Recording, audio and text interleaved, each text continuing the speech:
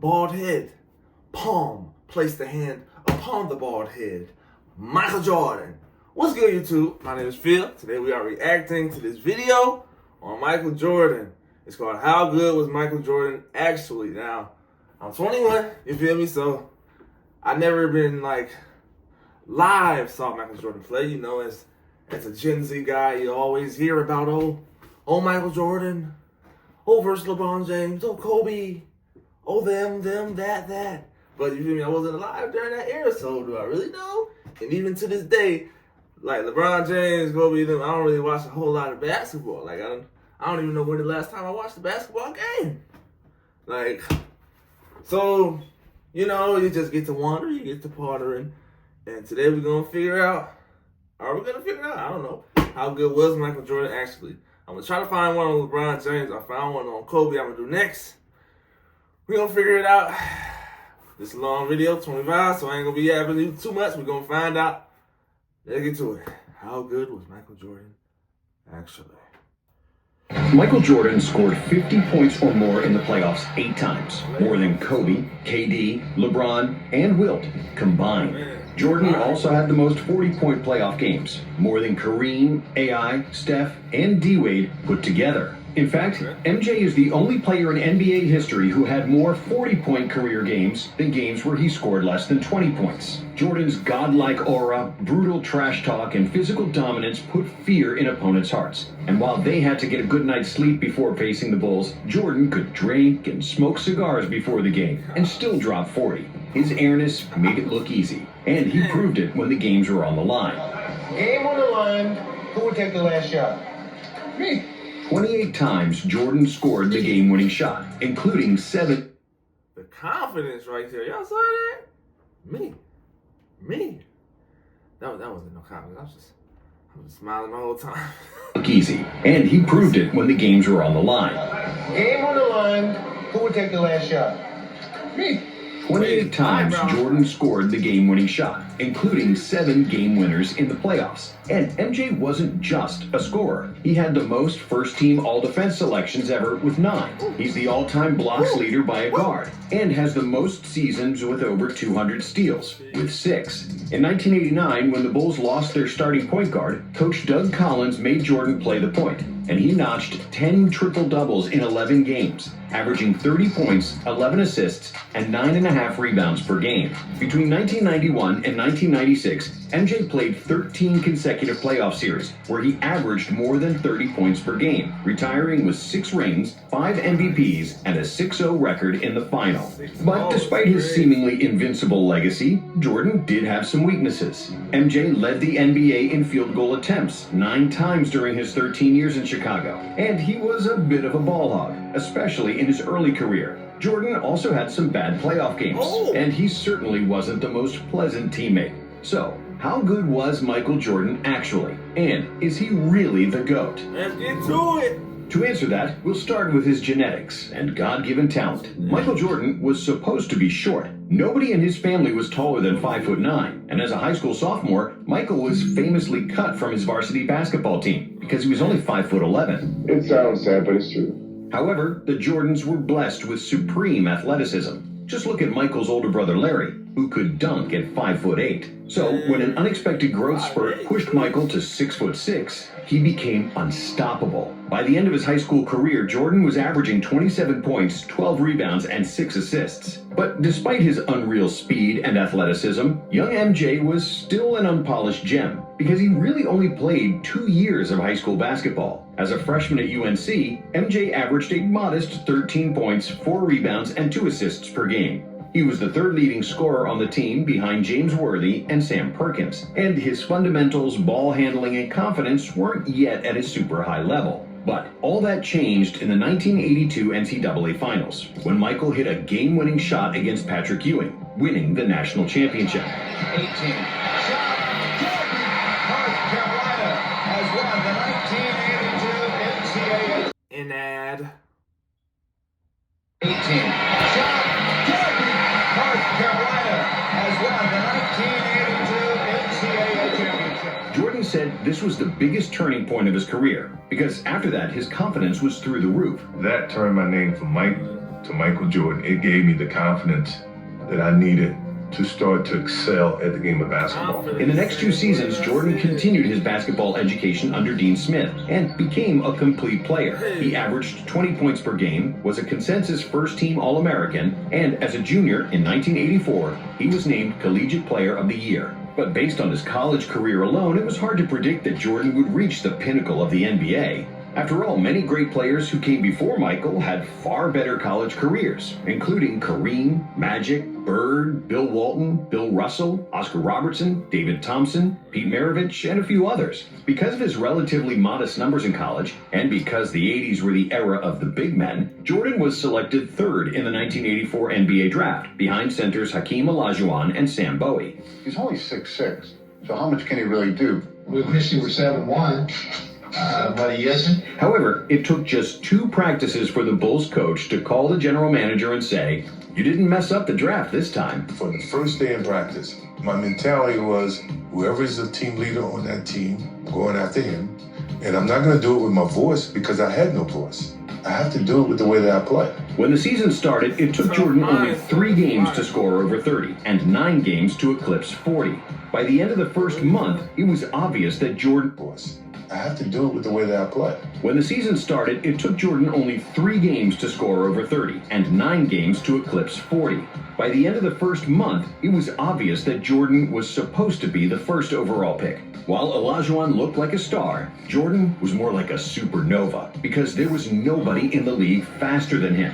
It seemed almost unfair how he blew past opponents with just a single step who had no answer for his drives to the basket. On top of his speed, Jordan was also the most athletic player in the NBA, with an unmatched vertical jump and hang time. When he drove to the cup, it looked like he was a fighter jet, and his quickness served as a runway for his vertical takeoff.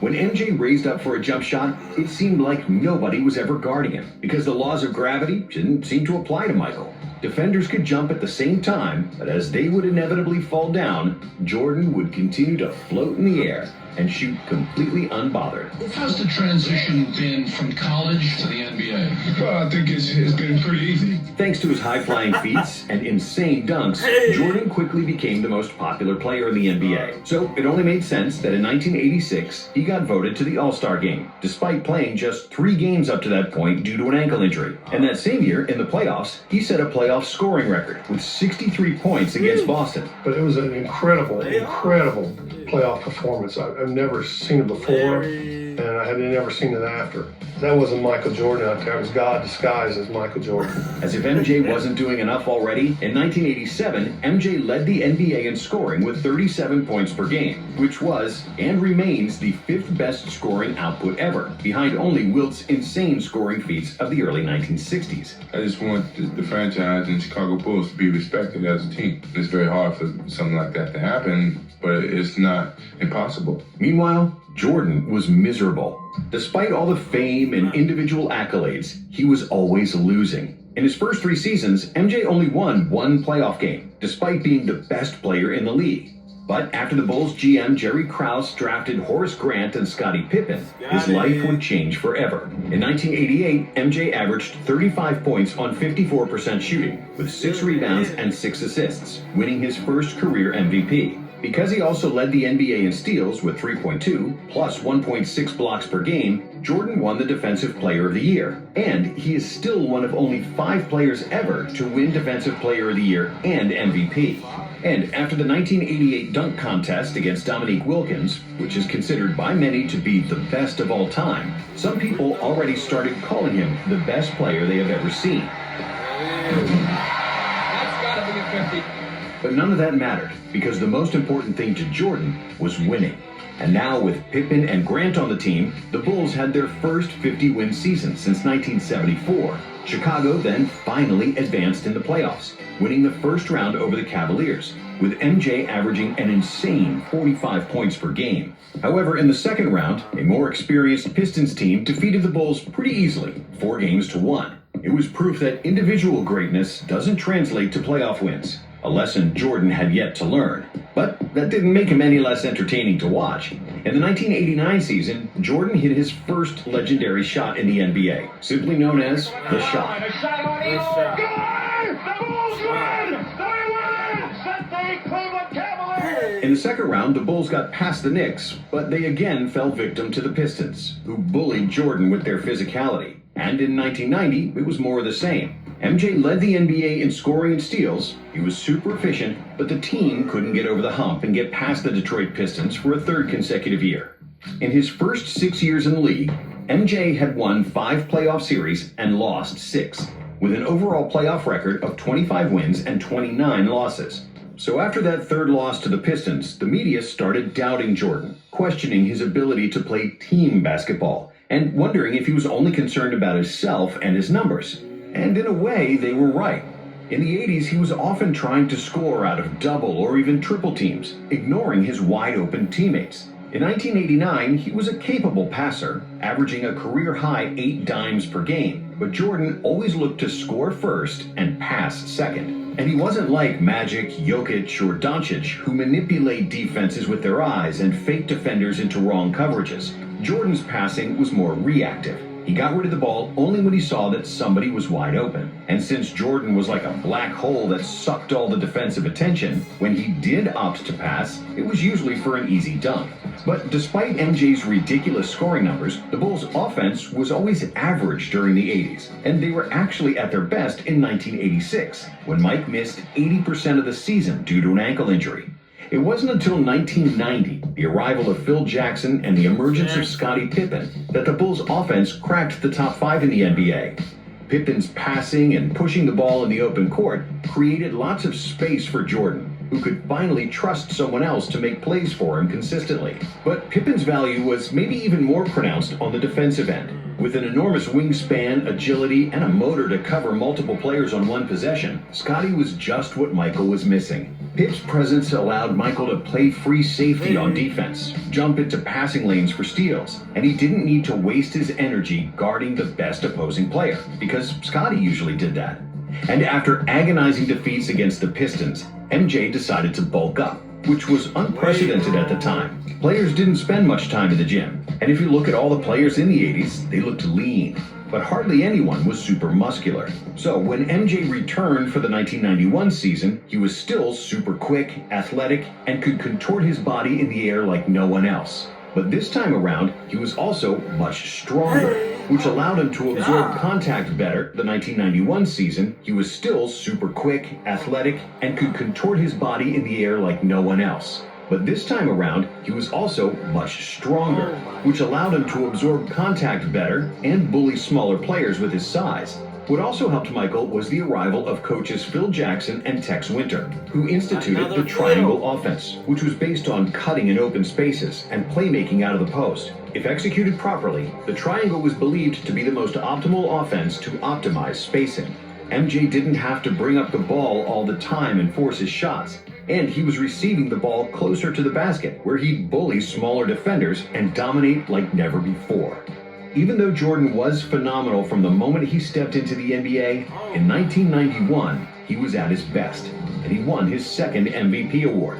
The 91 Bulls had the best offense in the NBA, and they crushed the opposition in the Eastern Conference. They swept the Knicks, beat the 76ers in 5, and then finally got their revenge against the Pistons. This time, it wasn't even close, as Detroit was on the decline after 3 straight NBA Finals trips, while the Bulls were ascending. MJ swept Isaiah and the Pistons, who famously left before the final buzzer of Game 4, refusing to shake the Bulls' hands. We finally got over the hump of the loser's mentality. We were starting to become a winning franchise. And, the sky was the limit. But in the NBA Finals, another legend awaited, Magic Johnson. And it seemed like the 5-time NBA champion still had the upper hand when the Lakers defeated the Bulls at home in Game 1. That is, until Phil Jackson made the adjustment to have Pippen guard Magic, which turned the series around. And in Game 2, Jordan dazzled the world with another iconic move, switching hands mid-air to score an acrobatic layup.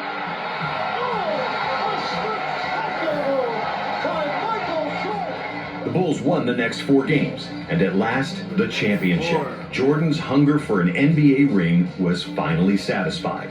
Throughout the playoffs, MJ averaged 31 points, 8.5 assists, 6.5 rebounds, 2.5 steals, and 1.5 blocks, shooting a career-high 56% from the field. Jordan is the most talented player in the NBA. by far. And the 1992 season was a continuation of peak form for Jordan and the Bulls. Another scoring title with super efficient shooting, first team all defense, and another MVP for his airness. The Bulls once again had the best offense in the NBA and won a franchise record 67 games. Chicago reached the finals against the Trailblazers, and the media pushed the narrative that Clyde Drexler was better than Jordan, because Jordan is not a good outside shooter. So MJ responded by nailing 6 threes and 35 points in the first half of Game 1, which was a finals record for both threes and points in a half, in what will forever be remembered as the Shrug Game. And even though Portland tied the series at 2 apiece, the Bulls were just too good, and they won the series in 6, with MJ averaging 36 points in the finals. After the second finals and the Dream Team experience in Barcelona, Pippen and Jordan came into the 93 season with an empty tank. The Bulls weren't as dominant in the regular season.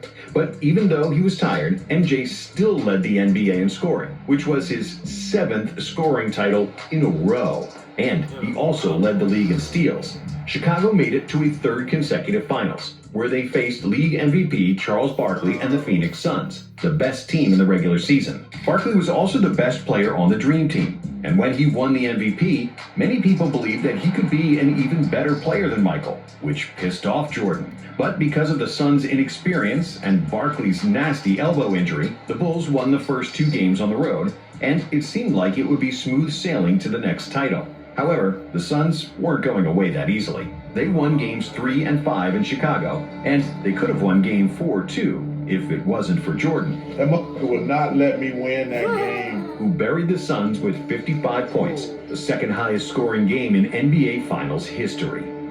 And Michael just outplayed me.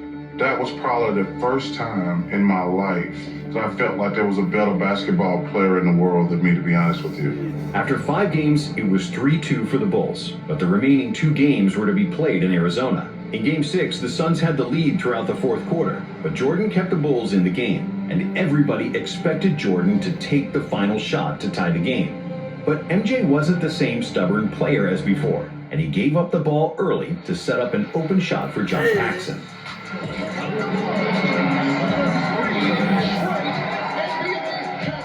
That was it. A three-peat, and MJ's legacy was set.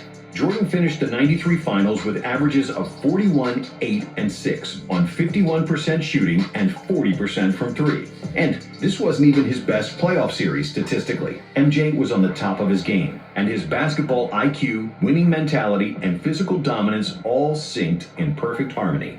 Jordan showed his otherworldly ability to beat an opponent one-on-one, separate double teams, attack the rim, but also to find open teammates. If we compare the 1993 Jordan to his early NBA years, the growth was evident. When it was needed, he was pressing full court defensively. When nobody could score, he recognized it and carried the Bulls. And when he got doubled, he gave up the ball without trying to be a hero.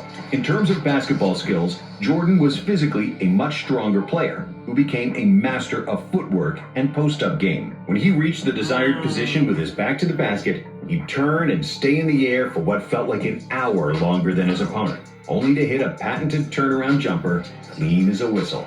The memories of anyone doubting him were long forgotten. Everybody knew he was the best player alive, and many believed after that three-peat, he was already the best of all time.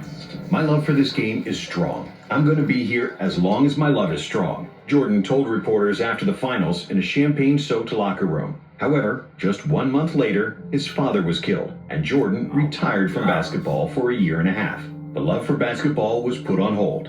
I had him for 32 years, and he taught me a lot in 32 years.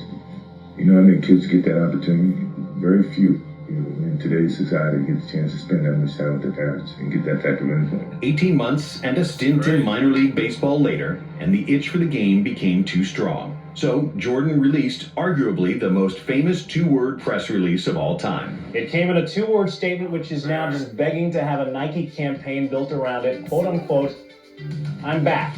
And it didn't take Jordan too much time to show that he was still the god of basketball. In just the 5th game after his return, he poured in 55 points against the Knicks in the infamous double nickel game. But overall, MJ struggled with his shot, shooting a career-low 41% from the field. And it turned out that playing baseball for a year and a half took a bite out of his greatness. Even the best players need to practice. And in the second round of the playoffs against Orlando, things didn't go according to plan. Even though Michael averaged 31 points on 48% shooting, the Bulls weren't as strong inside. Horace Grant, who used to be their starting power forward, was now playing for Orlando. And together with a young Shaq, the Magic simply outmuscled the Bulls in the paint. Many people will say the Bulls lost in '95 because Jordan wasn't in peak form after his baseball hiatus. And there is some truth to that. But Jordan actually averaged his usual numbers. Really, basketball is just a team sport. And they lost because Orlando was much bigger and deeper than them. Thankfully, the Bulls management knew that too. Last week, the Bulls announced the acquisition of a player many people consider the most controversial basketball star in the NBA. They added Dennis Rodman to the team, the best rebounder of all time, and one of the fiercest defensive players ever. I don't care. Whatever. What's up? A year before, they also added Steve Kerr, the most Dennis Rodman to the team. I don't care. Whatever. What's up?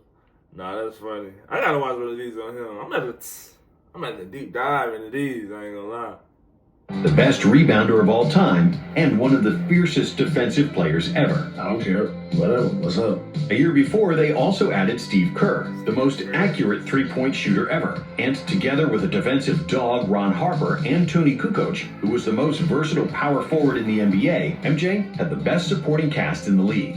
In the 1996 season, the Bulls were so good that they became only the second team in NBA history to lead the NBA in offensive and defensive rating. And their plus 13.4 net rating is still the best ever. Their 72-10 record was the best of all time, and, of course, Jordan won an MVP, averaging 36-4. As for the playoffs, there was no stopping the Bulls. Only the Sonics in the finals showed any kind of resistance, and Gary Payton was the first defender to have slowed down Michael. But he couldn't beat him, and Chicago won their fourth title, with Michael crying his guts out in the locker room because it was the first championship he won without his father. I know this is my daddy. I'm very happy for him. He's a voice of reason that always drove and challenged me. That's the type of father I am. Like a friend. Yeah, like a friend. And when the 1997 season started, the Bulls continued to rule the NBA. With 4 Hall of Famers, the most accurate three-point shooter of all time, and other excellent role players, no team could match up with Chicago. Running the triangle like a well-oiled machine, the Bulls dominated the regular season with 69 wins, and getting to the finals seemed like a walk in the park, as they only lost 2 games in 3 playoff series. But in the finals, it wasn't that easy, because they played the formidable duo of Stockton and Malone and the Utah Jazz. This series would be remembered by the infamous flu game, where Jordan suffered from food poisoning and had a fever before the pivotal Game 5 when the series was tied. But Jordan played through the illness and managed to squeeze infamous flu game, where Jordan suffered from food poisoning and had a fever before the pivotal Game 5 when the series was tied. But Jordan played through the illness and managed to squeeze every atom of strength to score 38 points, and the Bulls won, 90-88. In Game 6, Jordan trusted Steve Kerr with the final shot, and Kerr hit a jumper for the win in the final seconds.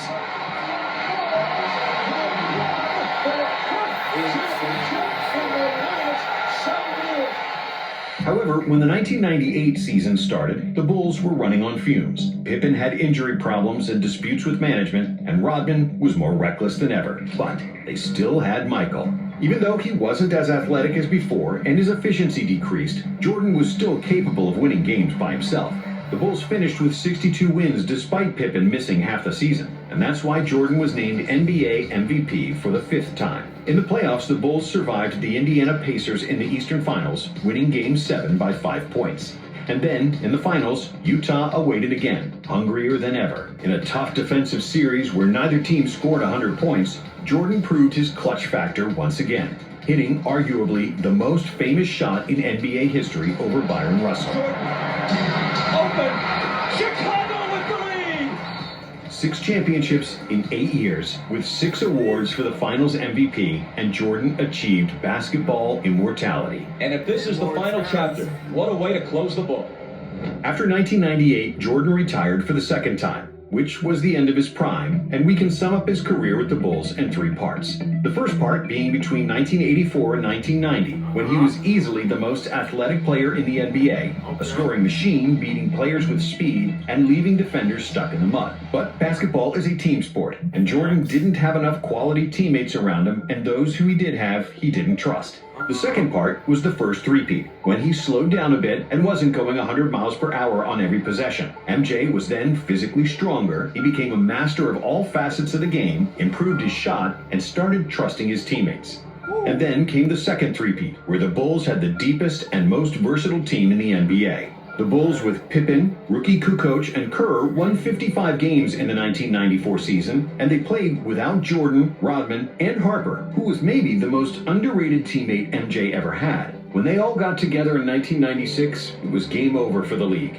But having good teammates is essential to winning in the NBA, especially when you're past your physical prime. Jordan lost a chunk of his quickness during the second three-peat, but that's like when a Ferrari loses 100 horsepower. It's still faster than almost anything else on the road. And that answers the question, how good was Michael Jordan actually? Even when he wasn't at his best, Jordan was still the best player in the league. If you divide his career into 3 parts, each part would suffice for a Hall of Fame career. In his first 6 seasons, Jordan didn't win a ring, but he was the most electrifying athlete the NBA had ever seen, with unreal stats and winning all possible accolades. The first three-peat was Jordan at his best, showcasing a level of basketball that's rare and few, if any, have touched.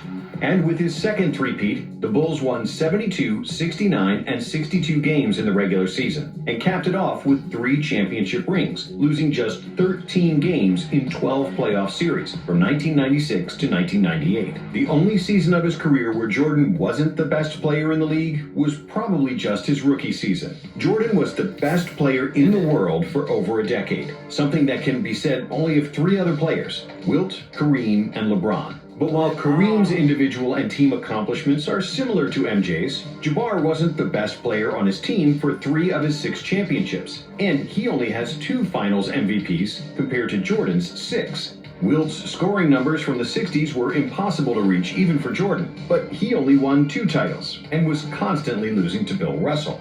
And finally, there's LeBron, who might be the most complete basketball player ever. And due to his longevity, he is the statistical GOAT. But LeBron only has 4 titles and has lost 6 times in the finals, including the 2011 dud against the Mavs, where he played a catastrophic series that cost Miami the championship. And that's something that never happened to Jordan.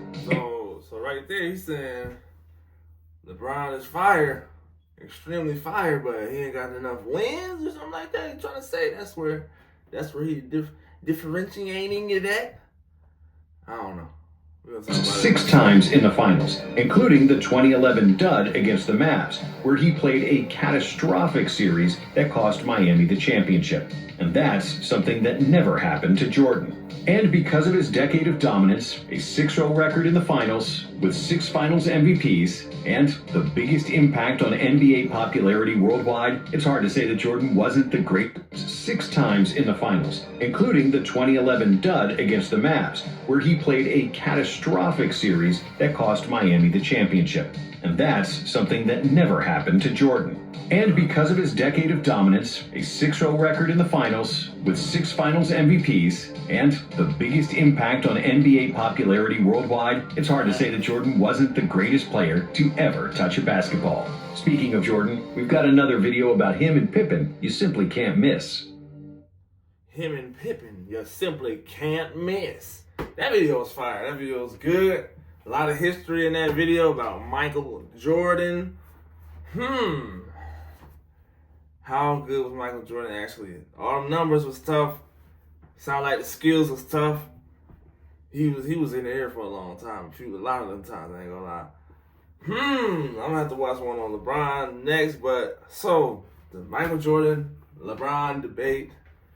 From the sounds of it, I don't know too much about it either. I know a little, but not too much to be like, oh, he been the best of all time. Oh, no, he best of all time type stuff. So it sounds like it all comes down to the wins. Longevity, I think LeBron definitely is like has a long career.